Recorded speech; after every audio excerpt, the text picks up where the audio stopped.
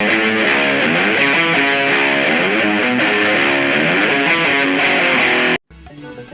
family, how's every single one of you? And we're going to be talking about the second week of AEW Dynamite on TBS. Some debuts, a lot of comebacks also, and CM Punk, MJF, more of that feud. Paul, your thoughts on this AEW Dynamite?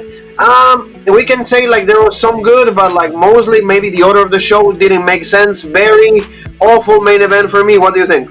Yeah, I feel like every time I talk about AEW, speaking about Cowboys, which we're going to get to a segment later on, I always feel like I'm talking about Clint Eastwood, Dirty Harry. It's the good, the bad, and it's the ugly. And that's what we get every week here with AEW. We get some good stuff, we get some stuff that's bad, and we get some stuff that's just plain old ugly. And we're going to cover it. I would say if I had to give this show a thumbs up or thumbs down, though, that's tough, but I almost got to give it a thumbs down because the bad was pretty bad. Yes, it's true. So thank you so very much, family, for being with us. For all the love that you gave us last week, a pretty awesome week. We got a lot of content. We did Impact, Hard to Kill. Jean Paul was with Battle of the Belts. That show did some really good numbers in the United States for AEW. Really terrible numbers in Canada. Maybe too many shows for AEW. But thank you one more time. Don't forget to subscribe, hit the bell for notifications, and also keep sharing the original rubric. And Jean Paul, this show starts with Adam Cole and the Undisputed Era. They're not called the Undisputed Era, but the name is they trademarked something that is going to be potentially their name. He says that 2021 was a good year. He debuted on AEW. He hasn't been pinned yet. He hasn't lost a match. All of that, and then we get to see also the Young Bucks, and then that killed it for you, right, Paul? Yeah, this segment is sort of good because they pretty much said how he's undefeated and, he has his boys with him, Red Dragon, and what do they want? They want, to win the tag title. And then we hear, the Young Bucks, they come out with Brandon Cutler, and they're like, oh, Matt Jackson's like, oh, I kicked COVID's ass in 2 days. It's like, well, you're still supposed to quarantine, so thanks for getting all of us sick, asshole. Anyway, he comes out, and they pretty much said that their New Year's resolution was to win the titles. Red Dragon says the same thing. Some bickering back and forth, and then Adam Cole's like, hey guys, stop, he's like, stop fighting, but just think about it. We both want to be the best. The man, that as a group is so good. So he's keeping the peace, and they're setting up what we've been saying as soon as Omega left. And when Omega was like, I'm done, we knew Adam Cole was going to be the leader until Omega came back. Then it was going to be the Undisputed Era versus, the Elite. And, they pretty much called out the best friends. They come out, a big fight. And I don't like this because you had Orange Cassidy. Adam Cole was running him down, verbally, but then he jumps on him, and all the other members of the Elite, Undisputed Era, Red Dragon, whatever, they beat up their corresponding guy from the best friends, except Adam Cole. He just lay there and got the shit kicked out of him. So I thought that was bad. That made him look like a loser. Then eventually he gets taken out. Chris Statlander comes out. She's going to beat him up, and she's taller than Adam Cole, which is hilarious. And, they had to stare down, and you're like, oh, is Adam Cole going to hit a woman? How low will he go? Nuh-uh, he doesn't have to, because here comes his woman, Britt Baker. She makes the save. So that was cool. That I liked, but... the super kick was nice, like you said. Finally, both of them uniting. That was really cool. This is one of the power. This was good when he signals, and then the Bucks go in. Because they're all losers and love to kiss each other, and But Nate's like, this is for my woman, and then Britt Baker, and then them kiss, and you could tell Shivani was like, so. The more of the sissy stuff. So that was, like you said, I think that pretty interesting, beginning of the show. Also, like you said, more trying to get the couple together. That's cool. Adam Cole trying to keep the peace, trying to unify everybody. Let's be a super group here. But like you said, this is gonna when Kenny Omega comes back, we don't know when that's gonna happen. Then we will see the feud between this but the Young Bucks are really, really annoying. The one thing is I don't know what it is because they don't want to put enough effort. I don't know if they want to just keep portraying themselves. And that's another thing they said too. They're like, we are this company. We're the tag team that started it all. They really put themselves over in a way that, and see, when they said that, the crowd really wasn't booing them. They really weren't cheering them. They were kind of just like, So nobody likes the Young Bucks. Like you said, it's not just like, oh, we don't like them because we are who we are, but they still have their thousands and millions of fans. No, never. everybody goes, they're all right, or I don't like That's the reaction that most people will give you for the Young Bucks. But like, I mean, that was at least a pretty solid, beginning of the show for Dynamite. This is the start of the redemption for Adam Cole. I think this is, they debuted him. He went to the bottom. Now he's climbing it back up. And the fact that they put this woman with him, that's going to be also really good, because also like her promo work is really good. So like words that are going to have is going to be potentially extremely great. So let's go with like also the first match, Paul, and that was like CM Punk against Wardlow. Pretty great showing for the big man, like a lot of interest from WWE. They want to sign him. There was a lot of reports that said that like the one guy that they would like besides MJF, or also with MJF, will be Wardlow, just because of like the potential that he has to be a great star. And they were like MJF kind of teasing with the same thing, the same build-up that they did with Chris Jericho. So that's the one thing I don't like, and especially like so many power bombs, Paul. Like it was like 7 of them after like MJF kept ordering more of them, and at some point I thought that like he was going to beat CM Punk really quick, but of course, like MJF has to stop that. This is when, to me, they should have changed this whole sequence, because like you said, Wardlow was coming really strong, winning a lot of matches. It's time to be babyface. But what happened after that? I mean, this whole match to me, up until the very last, you could say 4 or 5 seconds of the match, I thought this whole thing was perfect. 10 out of 10. The way they did it, Punk looked good in the beginning. Okay, uses his speed, his wrestling knowledge. Okay, I can get a win over this big man. He was dominant until he made one mistake. He was in the corner. He was making his big comeback. I'm probably gonna finish it. He looks at MJF, gives him the finger. Wardlow takes over, like you said, all these power bombs, and it was perfect. And I thought, okay, is MJF gonna somehow cause a distraction, or like is something? I thought MJF was gonna somehow cause this. I'm like, there's no way it's going to be clean. Then when he says power bomb him again and again, and they keep going, he points to the table. I thought, oh, here it is. Perfect. He's going to power bomb through the table. DQ. CM Punk wins on a DQ. He's still undefeated. Yeah, he didn't get a pin or submission or whatever, but he's still undefeated. There's no whatever. No, power bombs him through the table. The refs don't call it because they see people go through a table almost every segment, so it means nothing. Then he picks up CM Punk. They go back in the ring, and he just rolls him up 1, 2, 3. And I'm like, this was the stupidest ending. And I'm sure there's people going to go, oh, this segment, they're going to go, this was brilliant. See, no, this wasn't good. It was good up until it was like the last bite of something. And then you're taking a last bite of delicious cake, and somebody rips a fart right there. It's like, oh, well, now this last bite's ruined. That's how this match for me. But I mean, it wasn't like the way that they should have done it to keep both men, solid and strong. Afterwards, it started to pick up. Punk was great because he sold everything. He wasn't like jumping up. He was laying on the ground dead. So at least he sold it. But MJF, he blames Wardlow. He's like, you can never win the big one. You can only be jobbers. What's wrong with you? You see here, Wardlow was sick of being poked in the chest. MJF runs out of there. Shawn Spears is like, whoa, calm down. It's all good. And then it only did. Yeah, and I mean, we can talk about it now when MJF comes out to say who's CM Punk's next challenger. Yeah, he's going to be facing Shawn Spears. Yeah, and complete backwards, because you knew he wasn't going to say MJF. This is for the pay-per-view. At this point, okay, January, I think maybe you can stretch it out for the pay-per-view, or at least some kind of special show. You're not going to just give it away on an AEW Dynamite. You're going to make it some kind of special. But, Shawn Spears, really? Shouldn't this have came first? I agree. Like the Wardlow to me is better than MJF, at least in like the more intimidating factor, and Shawn Spears is the least intimidating out of all three.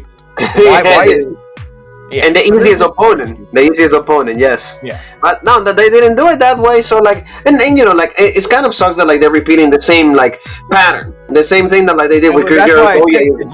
I said, please. I'm like, it's gonna be Nick Gage, because he's like, here it is. I'm like, we were waiting for Nick Gage. We were waiting for Juventud. We were waiting for everybody, because it's the same pattern. I mean, I get that MJF is like so sneaky. I get that. Like to get to him is like you play the game, right, Paul, and you gotta go to the final boss. You gotta go through all the lackeys and all of that. But I mean, they make it like different that way, at least because we have like 3-4 weeks in Revolution, even more than that. Then Revolution is towards the end of February. How am I going to give you like enough TV, to give you a week? You could have did the same thing too. He could have power bombed him through the table, and then we'll move on. Then he could have picked him up. MJF says, no, hold him up in that power bomb. I'm going to punch him in the head with my diamond ring. Maybe the ref was like, oh, and then she saw him punch, and then it was like, no, what are you doing? And she called it DQ, and he somehow still blames Wardlow for it.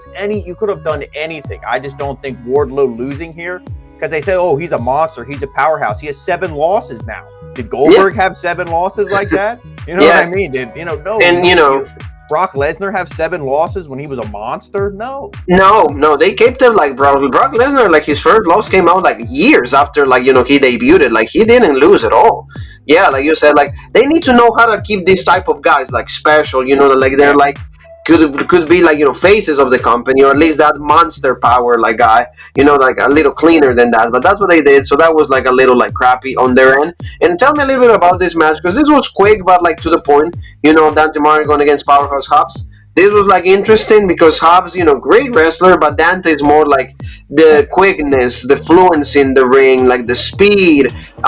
He's more sneaky than Power Hobbs. Is like a speed against power. But then, in the end, a pretty good show. Like Team Taz is still feuding with him. But then, finally Jay Lethal will be asking for where's he at. He debuted and done. Now at least he helped out, and Dante Martin gets the win over Powerhouse Hobbs. So this was good, and I mean, finally something with Jay Lethal. Like the guy, Jay Lethal, at least in the indie world, Ring of Honor, he's really popular. So why not give this guy a shot? Yeah, I mean, and he's a fantastic wrestler, and he knows what he's doing. He's probably one of the best guys who they have there. Yes, experience and everything. And, but this is bad. I mean, to just comment on Jay Lethal, I mean, I'm glad this versus tag teaming with Sonny Kiss on AEW Dark. Jesus, please don't ever do that again. But at least this is, at least feuding with Taz and all that is something, okay, this is at least believable. But come on. It had to take Ricky Starks coming out to cause distraction. Hobbs should have I know Dante Martin, he's one of the guys who, once he maybe slows down, isn't so high fly and going all over the place, at 1,000 miles an hour, and gets a little better at the basics and some stuff like that, he'll be a star for them. But Hobbs, it's the same thing with Wardlow. Why the hell is this guy losing? Hobbs should have caught. I should have been like when a fly is flying around you. Yeah, he might buzz and you might not grab him the first couple of times, but when you got him, he's fucking done. That's it. Game over. Hobbs should have picked him up, that big spine buster, 1, 2, 3, and that should have planted. And done. Yeah, no, you're right. After the match, boom, boom, boom, because they love afterbirds and after attacks. You get the heat, you get the attack, and then Jay Lethal. See, look at that. It's a little better because, again, you're keeping your heel also strong, because Dante can just be, no, I already beat you. It doesn't matter. When the heel group loses, does anybody care when the heel group loses? Exactly. That's why Team Taz has never had any type of, like, importance. They'll book Dante Martin versus Hook, and then they'll be like, oh, yeah, so that means Hook is better than Hobbs. Because Hook will probably win. Because Hook, like, they're actually going to, like, really, like, give him, like, all this great run. So, you're right. They're gonna do that, and that's kind of like that's when AEW goes and like does things a little wrong. Just because like keep the guys, like you said, like your powerhouses, keep them like like with like a pretty good streak. Wins. Don't have them lose. That's the one thing that they shouldn't do. And then, Chris Jericho needs an opponent for Revolution. So we're going to see who's going to be. It's going to be Eddie Kingston. Why? Because he got a good feud with Jon Moxley. He got a good thing with CM Punk. Pretty sure, Paul, that because of those two, they're like, Jericho's like, hey, I want to work with Kingston. The War of Words is going to be good. And he's been the one that like saying like to Santana and Ortiz, because of Jericho, you guys are not tag team champions. Which is kind of true. Because like being in the inner circles has not done any favors to these guys. Yeah, and also, how did they win I mean, I know how, because Dave Meltzer is a complete moron who fell off his rocker years ago. But how did they win Faction of the Year? Maybe in 2020 when AEW, they were heels and stuff, or 2019, whenever. But no, not 2021. No, absolutely not. This is good by Kingston, and hopefully, he needs to win it. This feud, because obviously this is what they're setting up, especially what we saw in the main event, because he said, I'm going to be out there. I don't give a shit about you and your boys, but I'm out there because Daniel Garcia attacked my leg. And Jericho's like, well, I'm going to be out there because Guevara's family. And then that's when he said, no, you're not family, the whole thing. But Eddie Kingston needs to win, and you got to turn Jericho heel, because as a babyface, he's awful. Now, it's always like his worst work is when he's the heel. So you're right. So remember we said about go to the Painmaker. Just go back to the Painmaker. Oh yeah, Painmaker. Yeah, exactly. Like when he's like heel, he can produce better like promo work. The segments are better. He knows what he needs to do. He engages you more. But like when he's babyface, completely the engagement levels are so low. and it's just like really bad to see that like he was never have this ability to do both, because like other guys are able to, but like Jericho is one of them. Like always was bad at that. So Britt Baker cuts a promo. Also like the members from Red Dragon, Adam Cole, everybody just says best friends. You want Statlander, you want Orange Cassidy. So we're gonna see this next week on Dynamite. This is gonna be good, especially because we know Adam Cole and Baker are gonna win, because neither one of them are going to lose. They portray them like really strong. And Statlander, who cares? In Orange Cassidy right now is probably at his lowest. I want with popularity and also like the way of his booking. So we'll see what happens. Well, because he's not that good of a wrestler, and the gimmick, how funny and how over can a guy who wears a denim jacket, denim pants, and shades, who gives people a thumbs up with a hand in the pocket? How long can you ride that momentum? Yes. You had to see people evolve. You saw all the wrestling gimmicks. Nobody started out however they were. They kept evolving. And John Cena, he wasn't Thugonomics forever. He changed and whatever. People have to evolve. And Orange Cassidy, whether he can't or the booking doesn't let him, he doesn't, and he's not going anywhere. And it's showing, especially with feuds with Cole and all of them, they know that Cole is going to be the guy coming out stronger out of this. And especially with Baker, neither one of them are going to lose. So that's cool. Dan Lambert, not Adam Lambert. Dan Lambert, like he's just cutting a promo to Hangman Page, because he came out really as a cowboy. And, pretty much is like saying that he shouldn't disgrace like the good legacy that Carolina has and all of that. And he's like, well, just cowboy shit. But at least Hangman Page is looking for an opponent. Because Brand Danielson is like out for, and it's good because he needs a break. He's been fighting on Rampage, he's been fighting on every single Dynamite. So I feel that like he needs a break, maybe like a month and a half. That way he can recover from injuries or anything. Yeah, and I think, man, who knows? Maybe next time we'll see Bryan Danielson will be January 28th in the Royal Rumble. Yes, Royal Rumble. Yes, the Forbidden Door. They're getting some talks, but yeah, this segment here, Hangman Page. He's good, but I still say the same thing. When he comes out, I feel it's not a Steve Austin, a Rock, a Johns, and I don't want to just use WWE guys, but he doesn't have that baby face champion pop. Like, here it is, here's our guy. We're all holding signs with his name on.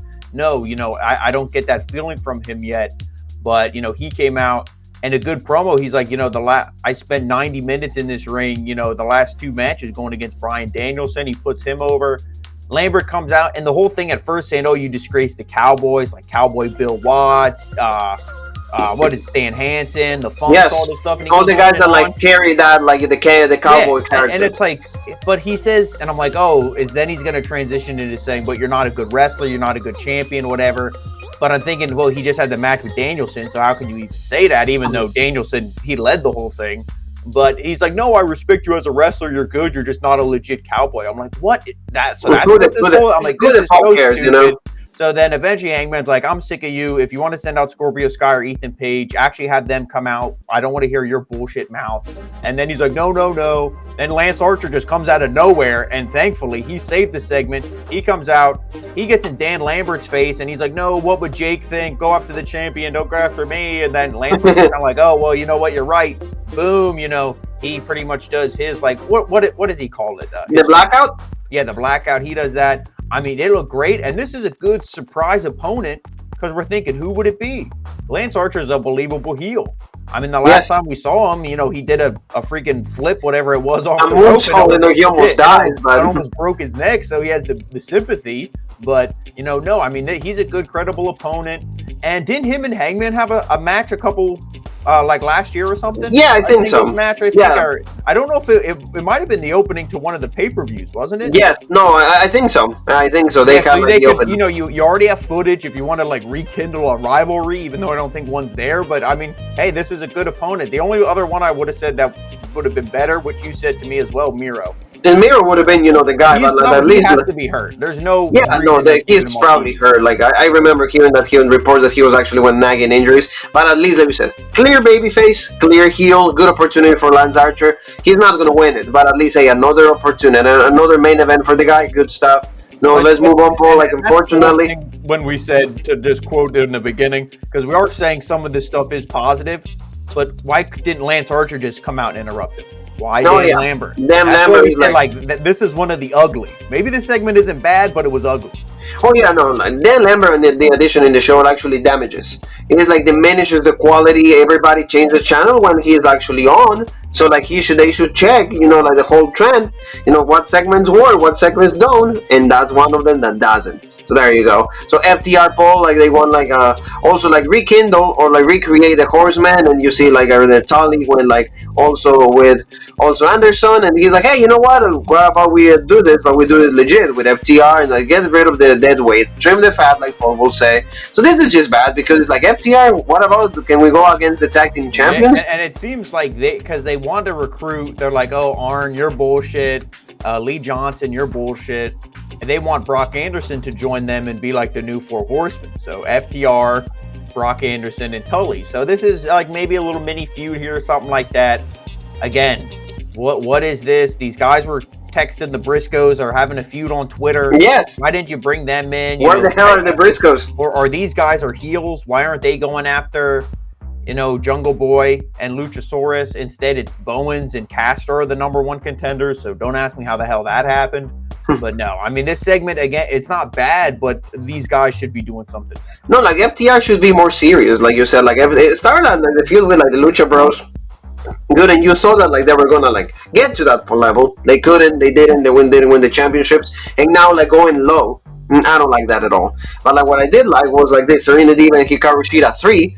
Correct me, right? That's the third one. Really good. It didn't even start like the match didn't even happen as a match per se. But like Hikaru's coming out and Serena Deeb like so quick, starts attacking the leg, so good. Serena Deeb is in another level right now. I'm enjoying this rivalry, and again, no title is involved. What is that telling you? You don't need a title to have a good rivalry in professional wrestling. Just tell me a good story, and I will be engaged the whole time. Attack the leg throughout the whole 5 minutes that the match took place, and then the single leg crab right there, boom, and Hikaru had to tap out, and Serena Deeb is going like unhinged, grabs the kendo stick. I actually believe too. I might be wrong, but I don't know if she actually did tap.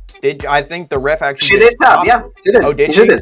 Yeah, she did tap. I thought it was the ref just stopped it. Oh, okay, no, she tapped. Yeah, she actually tapped. She said like like I can't go anymore because she kept attacking the leg, and then you see with the kendo stick also going at it, and finally she got to be moved, and then this is the only thing that like, are we all friends here? I see Anna Jay, I see like Tay, I see like Sky Blue or Blue Sky. Like, what's going on here? But at least you see that like Serena Deeb is just a full-fledged heel, and she's going to continue this rivalry with Hikaru. For me, again, lights out too. That will be great because it's the only way to settle this rivalry that has been at least one of the greatest things on AEW every single week.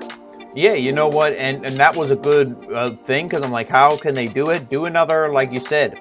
However, Thunder Rosa and Britt Baker had their match. The two, not the nail. Jesus, no! Please don't do another one of those. What was it called? It wasn't the lights out or Blood and Guts or whatever they. Yeah, lights out. Yeah, do one of them. Because I'm not saying, oh, you got to do it all the time. Because obviously Tony does do it all the time, and that's why they don't mean anything. This time it would mean something, but again, we see it a lot, so it won't have that much of an impact. But if I'm forgetting all the other bullshit and just focusing here on this feud, I think this is leading to it. You know what I mean? It's because the feud is calling for it. It's leading there because they had all the matches. No, you keep attacking me backstage. You keep, jumping me from behind. Enough is enough. You want to cheat. You want to play dirty. Let's play dirty. Let's have it no holds bar. Let's have it in a place and scenario that like you cannot get away from me. This is coming to an end. So that would be really cool. But that's a big thumbs up for like that segment in Dynamite. This is just shit because like the Dark Order all of a sudden like won a match. Because like Luchasaurus and Jungle Boy, they said, hey, whoever's top 5 will get a match. We want opponents. And also like, I mean, I understand the Rey Fenix thing, but like why Christian has to be all babyface? Oh, we hope we recover soon. Like, okay, I don't like that. Just keep it. Boris upset it because Luchasaurus was the one who, instead of just throwing Phoenix through the table and standing on the apron, had to jump down off the apron with him and cause Phoenix to land weird. Yeah. So shouldn't Luchasaurus be the one who's like, oh, I'm sorry that I'm a shit wrestler and I fucked up? No. And again, Christian, every time I see him in a segment like this, I always think, man, like, is this really better than WWE? I mean, maybe your people actually like you, but is this really better? WWE, you maybe would have got a chance to wrestle eventually with all the people that. Oh, well, he probably would have got fired too. Who the hell might get? Oh yeah, he would have got the fire. But I mean, like you said, like he started out decent, with matches with Omega, all of that. Maybe he doesn't want to, but go back to Impact. I mean, hopefully, and sorry everybody, spoiler alert, hopefully he wouldn't have the Charlie Haas curse, about going back to Impact. Oh no, Charlie has completely like done, but that would be like an Impact video, like, but that was like, at least, like I said, I don't understand why this is going to take place so quick. And again, that will be maybe FTR down the line, but like, going against pretty much the members of the Dark Order. This is a match that, like, this is bad. Really, this is what you do for your tag team champions. And it's because AEW doesn't have any legit tag teams. When they aside of like maybe like FTR, maybe not even Luchasaurus, and and they're not like that legit. And for example, now the guys with Matt Hardy, Private Party, they're not as good as they used to be. So no, and then Evil Uno and Stu Grayson, done. They suck. I mean, no, there's really not. There's nobody exactly. So let's go to like Penta and Matt Hardy. Paul, this was just quick. We don't need, because already like delete Penta, Cero Miedo. Like no seriousness. It's like do it once, even twice, I will pass it. But like 4 or 5 times the same thing, hell no. I don't need this. And they showed Matt Hardy's family and all this stuff, and I thought, okay, here's some intrigue because maybe Jeff. Because he's like, oh, there might be a debut. You could have shown Jeff Hardy in the crowd. He could have been sitting there like, I bought a ticket. Jeff Hardy is his real name, or whatever. Or, maybe they have different last names, Jeff whatever. Just show him in the crowd. We'll know who he is. There's no way you don't recognize Jeff in the crowd. That would have been something cool. But no, nothing like that. Just Rebby Hardy. Like you said, this match came absolutely out of nowhere. Penta wins. Okay, great. But then the lights go out. Malachi Black. And then Brody King. We had a picture, throw it up. Of course, yeah. Well, Penta, to go, I'm going to like show you respect. Nah, you're not going to show Jack. Like Stu Grace and all of them jump. Like Julia is asking, like, oh, don't be so bad on him. All of that. And see, Malachi to me right there, like these 3 guys can actually outstage you. I don't care if like is there 3 against you, but like isn't Malachi superpowers? Isn't Malachi like a different human being? Right. That's why when people think, oh, him and Brody King, they're going to go in the tag division and they're going to be, I have no Malachi Black. I don't believe in him at all. Cody killed Malachi Black. We should say it. Cody's a murderer. Cody Rhodes is a murderer because he killed like all the mystique, everything in special of Malachi Black. Not even this guy, Brody King is gonna relieve that. And they clean house, but like they clean house with who? Like Garrison and Ram Pillman and Penta. Penta without Ray Phoenix, like they suffer a lot, especially for American audiences. They suffer a lot. But I mean, they're together right now, Brody King and Malachi. We'll see what happens. I mean, we'll see how long it takes. Like it takes them to actually make them look special. That will be my thing for you, Jean Paul. So we're going to talk about just 2 seconds. Like they're going to have like these girls are going to have a triple match or like a 3-way with like Penelope Ford, with like Nyla Rose, and also with the Bunny. So like you see tension already between Layla Hirsch and Kris Statlander. Why are they having tension? Are they supposed to be baby faces here? Yeah, because Layla Hirsch is actually legit, and she's like, hey, how about we worry about our match? Why are you being bullshit? And Statlander's like everyone else who works in this company. Oh, I need to help out all my friends instead of worrying about myself. And she's, so clearly they're going to lose this. It's going to cause some tension. I mean, hey, we've been behind I can't even talk here. Legit Layla Hirsch. Yeah, for the longest time. So, hey, maybe she finally is speaking on TV, and has a little bit of, that's a plus. Yeah, that's now we know he has some attitude. So, okay. Yes. Hey. Yes, and Paula, let's go to like this really quick, because this is to me the part of the show that like you can easily change the channel, delete it. You don't need it. Maybe Danielson had a promo right there or something, but like Bear Country going against the Acclaim, I have zero, like Penta will say, zero miedo. I have zero interest in this shit. I don't care. I mean, like Max Caster, like he's okay, but like the diving elbow shouldn't be a finisher anymore. Everybody does it. It's a regular move. Like ever since Randy Savage did it, it's fine, but it shouldn't even be a finisher. And of course, they can never leave actually with heel heat. They can never leave good because. And also, at this point, with the Matt Hardy thing, and I was falling asleep. I didn't even hear their rap. Apparently, they mentioned these two in the rap. Yes. When the lights went out and the snow and the music, we already know who it is. Yes. And I'm like, why is he interrupting? And then you heard Excalibur, oh, they shouldn't have mentioned them in their rap on the way to the ring. I'm like, really? Do these guys, is their skin that thin? Are they so sensitive? They're going to jump these guys and beat them up like heels? Yes. So, you know, they beat them up and we see this match. No, I mean, Darby's great when he dives. It literally looks like he's shot out of a cannon, like people used to at the He's legit on that, yes. Yeah, Yes. I mean, but Darby's again, great, why still this attack team, Paul? It was supposed to be a one-time deal. Yeah, this again, like to me, because they know right now they're going. It's like WWE. It's like, man, our tag division is shit. Even though we have decent pieces, we just book them like crap.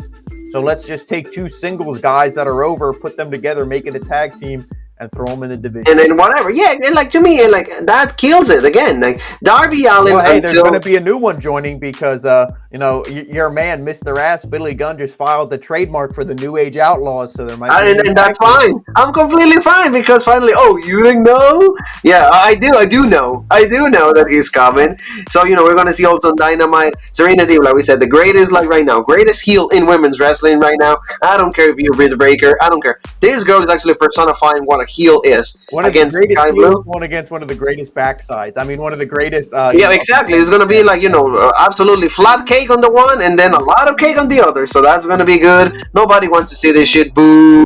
Cody Rhodes coming back. Yeah, the Big Show, I was just seeing like 5 seconds of it and I was already tired of seeing this. No one cares. This is even worse because this guy has Charlotte back. Should have been legit. Should like his English level should be very good. Should be more like fluent on this. The more like he is in the country, the less I can understand the guy.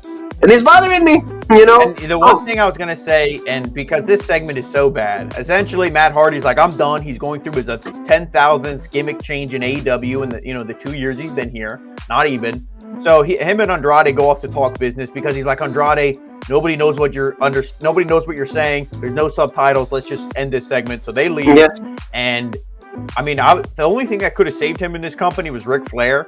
And I think Ric Flair, after saying Bryan Danielson's a bullshit wrestler, he's not even that good. I don't think he's coming here.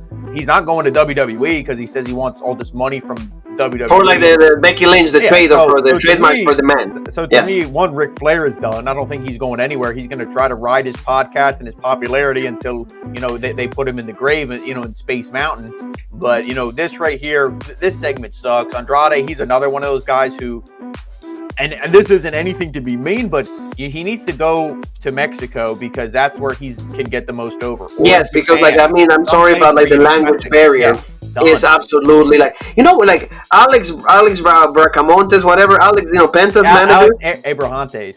Whatever, you know, and I should know the last name, right? But of course I don't because I got Americanized. I'm sorry, people. I'm sorry, but like, okay, the dude should be helping out Andrade because Jose's not doing jack shit. That's why I said Ric Flair. Imagine that Andrade, you know, whatever. He looks like $1 million in the suit. He's ripped, whatever. Woo! And that would. And yeah, he looks legit. Like, but like when he talks, it's like, whoo! It's like, John Paul, let me tell you what the Idolo is going to do. So, you know, like, absolutely terrible. Main event was actually decent, you know. Garcia against Sammy Guevara. Good wrestlers, both, like, you know, built around the same. There was a lot of, like, speed. You know, they were able to give us, like, good sequences. Garcia had many points in the match. It seemed like he could have won. But, of course, you know, take Conti. There's a lot of cake right there. Like, there's a lot of cushion for Sammy. So, in the end, you know, we got to see, of course, 2.0 attacking Jericho. All of that distraction. The GTS, 1, 2, 3. And, you know, he's going to remain the TNT champion until of the thing situation with Cody. Maybe they have another match, but in the end, Paul, like the main thing is not even the match, not even the main event is the main event, is that just a stare down between these two because this is going to happen as Revolution. That look like John Moxley if John Moxley wasn't balding in like 20 years from now. Oh yeah, you know, like that. John Moxley, but no, I mean. Yeah, the match itself, Guevara's great. We put him over. I mean, I don't like, you know, don't be bullshit and cheat on your girlfriend, but that's a different discussion for a different podcast, you know. But the only thing I'm going to say is he's a great wrestler. Garcia, to me, is one of those guys, too, who's so good. And I wish he wasn't with 2.0. Maybe if, you know, a guy, obviously you can't grow any taller. When you're done growing, you're growing. But add a little more muscle on Garcia and stuff, I think he'll be really believable. He's already a really good wrestler at 23 years old, I think they said. Yes. That was good. When he had him in that armbar, whatever, I thought he was going to tap out. That's the moment for me. I thought, oh, shit, they're really going to pull a swerve here just so Cody can come back and squash this kid. but they didn't do that. Like you said, the main thing here was just, after Guevara got the win with the stare down, and Eddie Kingston needs to whoop his ass. If Jericho goes over, bad. And also, we didn't talk about it last week. Throw up that picture again real quick, the stare down. Wasn't Jericho always blonde? Now his hair's like brown, so I guess, dye job going on here. I don't know what this is, but, hey, that was AEW Dynamite for you folks. Exactly, family. So thank you so very much for every single one of you. Don't forget tomorrow NXT UK with everything that happened with Meiko Satomura, Blair Davenport, also Ilya Dragunov, Jordan Devlin. A lot of great things about the show. Of the Ring General. Exactly, like Walter going against Nathan Frazier. So that's the last standout for us. Going to be Walter on NXT UK. So be with us. Don't forget, also subscribe to the channel. Also give the video a like. And where else can they find us? Hey guys, make sure you follow us, Rope Break on Facebook, OG Rope Break on Twitter, Original Rope Break on Instagram, Twitch, TikTok, and Spotify, and of course right here on YouTube, the home of the #1 podcast in the YouTube wrestling community, the Original Rope Break. And you and me have one more thing that is left to say, and that is...